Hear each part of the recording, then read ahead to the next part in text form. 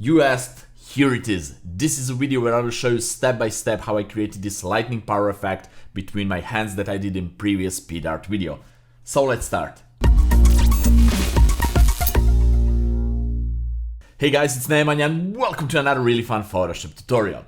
After I did my previous speed art episode of MetaHuman Lightning Man effect, I got so many questions and requests to show you step by step how I created this lightning power effect between my hands, and yes, I will show you that. Also, I did a community post here on YouTube where I asked you guys, do you really want to see step-by-step tutorial on that? And a bunch of you guys said yes, so here it is. Let's jump straight into Photoshop and let the fun begin. Okay, so we're here in Photoshop and today I will use the same photo that I did for that speed art tutorial, and this is just a photo of myself, portion of my body. I took a photo of myself for this, and just the background with some smoke that I created using my custom smoke dust cloud brush. You can purchase the set of these brushes on my website for just $1. You have the links down there in the description.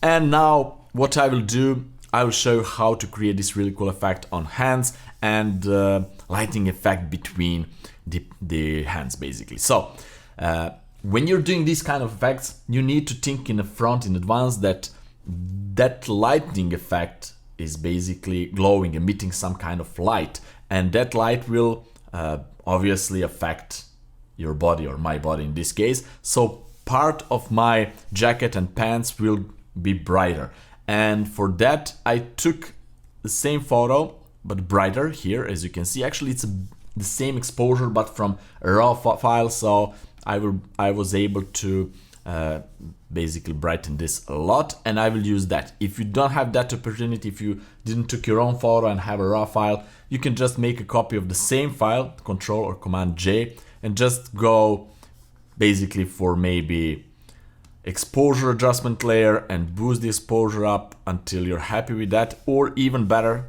in my opinion, is to go with this to filter, camera filter, and then here just boost the shadows and the exposure. You will see in a moment, just the camera raw filter a lot up. Okay, it's here. So I'm missing my head because if you remember my previous episode, I had the helmet there. So what I will do here, I will boost the exposure and also open the shadows a lot. So this is it. Maybe something like this, just from a regular JPEG file, and it's pretty cool though. So this is the another version from a raw file. This is from this file. This is usable too, so no problem at all. I will use my previous one just because I have it and I can. And now let me show you. First of all, I want to affect, with that effect, I want to affect my hands, and I will extract my hands out of this layer. So I will use the lasso tool, L on the keyboard, and I will roughly select this, something like that. And I will press Shift and then add to selection this part right there. Okay, I will press Control or Command J just to make the copy of this, and I will go right here inside, and with the eraser tool, hard brush, I will just erase this. So let's make smaller brush and just slowly erase these parts that I don't want to use. Of course, I could use the layer mask for non-destructive way, but for this I'll just go like that. Okay, and that's pretty cool. These parts I don't need, you will see later. So let's go back to document, and these are hands. Okay, the next idea is to go to the filter and filter gallery to find the proper filter that will provide us really cool effect of the veins on the hands. So basically I want the filter that will find some edges here on the hands, and for that you will see in a moment, filter gallery. Okay, so here it is. I will unzoom just to see both hands, and the idea is to find a proper filter that will suit for the effect. We can just go and scroll through all the filters, but I know what I want to have. I will go to stylize and want to go to glowing edges, and this filter is amazing because let's actually zoom to one of the hands. Let's go to this one. This filter is amazing because it provides us with this really cool effect, like some kind of veins, and a lot of cool things are going on here on the arms. And also we can go and change some settings here and play with that. The idea is to have as much as black parts here, because when we put this layer into screen blending mode, the black will disappear and we will just have these veins. So practically this is cool. Yeah, I want to make it as bright as I can, and with the smoothness I can play. I can go with all the way smooth or something like this. So let's try a little bit different than a previous episode that I did. So this is pretty cool. And okay, let's see the other one.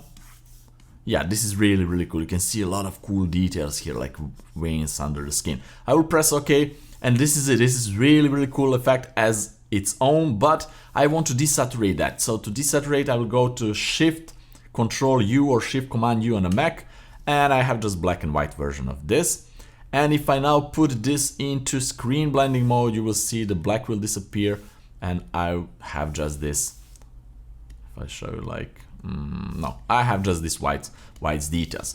Also, I can add a layer mask right there, and with really soft brush, maybe a little bit bigger, I can just go with black color and just blend it with this a little bit better. Okay, the same here. Just erase this part. And this is one portion of effect, so this is really cool. We can go and add maybe curves or levels adjustment layer to this, clip it to affect only that layer, and then make it even more contrasty so that whites can be even brighter, etc. if we want. So this is an option, as you can see, so the veins are even more visible. This is something that I didn't do in speed art because I was happy with the effect, but I'm showing you now some cool tricks that you can do it to emphasize the effect even more. Okay, so this is it. I will leave it here, but I will make a copy of this, Control or Command J, and move this one above it. And let's hide this one for a moment and go change this to red. I will just name red, you will see why. I will go with hue and saturation. Actually, I will go right here, press Control or Command U to get this hue and saturation dialog box, and I will set colorize, okay? And I will boost the saturation and change the colors to red, like this, because I want some veins to be red, some veins to be white. Also, I can set some other color if I want. That's the beauty of this. Also, if you want to have this non-destructive, you can just use the adjustment layer right there and do it like that. But I know that I want red color and that's it, and I will use that. That's perfect. Okay, so if I check the other one, the white, let's go here. Then I will have this kind of effect, and I want to remove the white from the upper part. I want here to see only red, okay? And same here. With the layer mask, I'm erasing the whites and I want to see red. I want to have really soft brush because I want this transition to be really soft. And I can lower the opacity to maybe 40% and so, and just, or 30, etc. And just blend it even better. Okay, then what I like to do is to go below the hands, create a new layer, and I will name it color. Okay, and here I will just colorize the hands into the yellow tone. So in order to just affect the hands, I will control click on them and load this as a mask just by clicking the layer mask. This is it, this is cool. Then I will go here and I will choose some really nice yellowish tone, bright, maybe something like this, we can always change. And I will start painting this, okay, 100% opacity, and just paint everything here. Same here. And also I want to remove the effect from these parts right there. So again, layer mask and maybe make a bigger brush because I don't want this to be all the way up.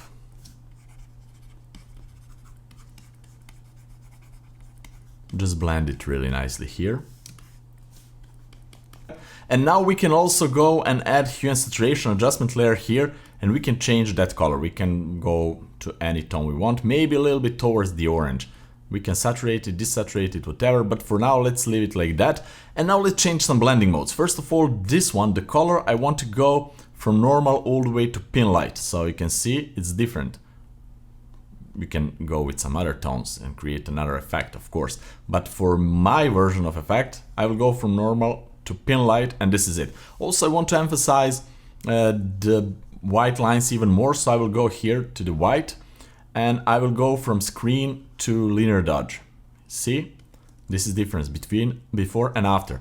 Also with the reds, I want to emphasize them even more and I will go from screen to color dodge. So this is it, before and after. See? Really cool difference. And also I can go right here to the whites and maybe remove them even more if I want to see even more reds.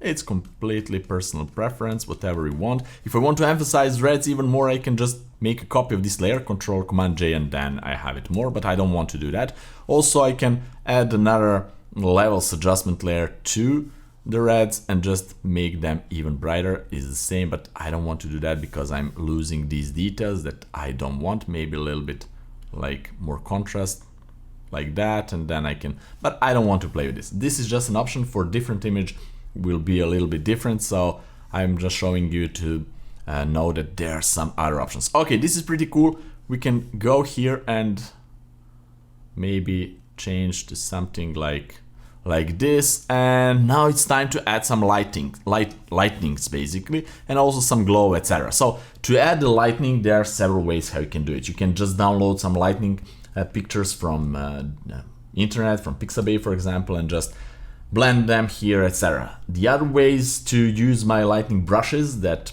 you can again get it from my website, links is down there, and just use it here. I will show you how to do that. And another way that I did here, because it's the easiest way, is to use Boris FX Optics plugin to do the same thing, and you will see I will show you both ways. They are really good for this. Okay, so if you want to use some lightning brushes, I will go right here, create a new layer, and this is, I will call it L1 for first lightning brush. I will go to brush, right click, and I will just go to my set of lightning brushes. As you can see, there are 7 of them, and this is like that, this is like that. I have a bunch of different ones. Let's use this one for example, and I want this one to be a little bit brighter color like that. Okay, maybe a little bit bigger. I will put it here, Control or Command T, rotate it. It's not big enough, so let's make it even bigger. Undo and like this. I can also rotate the brush right here 90 degrees, and then I can see, oops, 90 degrees, and I can see the result here. This is cool. I will click it, and then I can go with Control or Command T, rotate it, move it. With Control or Command, I can just move these edges, and this is it. This is one way, and in this kind of effect, I can, let's add another one. We can really easily do something like this. Let's see, maybe I want this one, again 90 degrees, make it a little bit bigger. That's pretty cool. Let's see if I go and right click and rotate it a little bit more like this. Yeah, that's pretty cool. And also I can again go and rotate and invert and whatever, flip horizontal, and have something like this, and so on and so forth. This is really cool result here, and we can add as many as we want. Maybe I will go to warp and just move this a little bit down and move this a little bit up, and this is really cool effect. Then we can double tap on this, and then we can go here to the outer glow and change the color to some yellow tone, something like that. And also we can lower the size and the spread and play with these options to get something that is cool. We can Alt or Option and drag the effect to copy to lightning number 1, and this is really cool. This is one way how you can do it. Of course, I would then go right here, group it, Control or Command G, and add a layer mask like this, and with the regular brush, let's go up with the regular brush, maybe a little bit harder like this, a little bit smaller. I would just go here and erase the lightnings from this part of the hands because they need to be in between, and this is pretty much okay. So this is one way how you can create this result. It's really cool, and then you can add some debris and even more small lightnings around. Like, let me show you, why not? Another one, this is lightning number 3, and so on and so forth. I will not add as many as I did before, just because I don't want this to last long, but I will show you what I mean. So we can go with this one, for example. Let's make it smaller. Let's see, maybe let's do some other. Let me find some of this one is really cool. So let's go with this one. Controller Command T. Let's make it smaller. Let's rotate it, flip horizontal, flip it here. So this is one. Let's make it even smaller. And what I did in the previous version, I added a bunch of these small lightnings here. Also, I draw some with the hand, just using the brush here. Maybe this one. Okay, and made the brush a lot smaller here, and just draw a few of these like this, and some parts here, etc. Just like small lightnings that I add a little bit of the glow. Again, double click on this and do the same thing, outer glow, and change settings. And just to emphasize that effect, that there are also small lightning bolts around my head. So this is one version how you can create it. Let's hide this, and another version is to go and merge everything into one layer. Shift Control Alt T or Shift Command Option E on a Mac. Right click, go to Convert to Smart Object, and then use one of my favorite plugins. It's an amazing tool for a bunch of things, not just this. If you were following my channel, you already know, because I already did several episodes of this. Boris FX Optics. And now let the fun begin. So here we can do a lot of things. First of all, let's go to lights, actually render, and we have here different type of lightnings, as you can see. So we can go with zap, and we can just go here and set this however we want. It's really cool. Also, there's so many cool things here, but we can go to presets, and then we can change the number of bolts. As you can see, this is amazing. We can add as many as we want. We can add even more of these control points to control this. So we can see we have now 1, 2, 3 different control points, and this is really cool one. So let's leave it, actually this one here. Let's move this one, and you can create any shape. You got a point. So this is really nice. So this is one way. I will go with just one light bolts here, light bolt, and put it like this, and change the colors. I want this to be bright yellow, and I want this to be orange. Actually opposite. I didn't red, so glow. I want glow to be darker, so orange, so something like this. This is really cool. Also, I can go this one even brighter, so maybe something like, yeah, something like this, and this one to go to something like that. Also, if I don't want this glow here, maybe I don't want glow here, so glow can be either 0 and then later add it in Photoshop. There's so many ways you can do it. Then I can create a new layer, and let me show you a really cool trick. So here we already have one effect. Then we can go with maybe this one, and with this one, let's unzoom. See this big circle? So now let's zoom it back. With this one, we can play again with some parameters here, number of bolts, etc. The beauty here is that this one is basically connecting with all the bright parts in the scene, and because this lighting here is bright, then this will connect to that. So let's go like this. Let's hide the glow. So this is pretty cool. We can lower the radius, and also let me show you really quickly. We can go here to presets, and we can go with some other things. As you can see right here, this, let's see, this is really cool. And there are so many. See this kind of radio active thing that can be between somewhere here. We can lower the radius, etc. So there are a lot of things. And also this one here, we can add these really cool bolts here, and then you can change the settings and make them smaller and so on and so forth. So Boris FX Optics is amazing for a lot of the effects. For this one I will stick probably with the default one and just change some settings as I already did here, and just to change the color a little bit here, and maybe leave it like this. Let's go here to this one, and oops, I want to change it, put it a little bit down, and then go to this one and put it here, and maybe, let's see, maybe I can add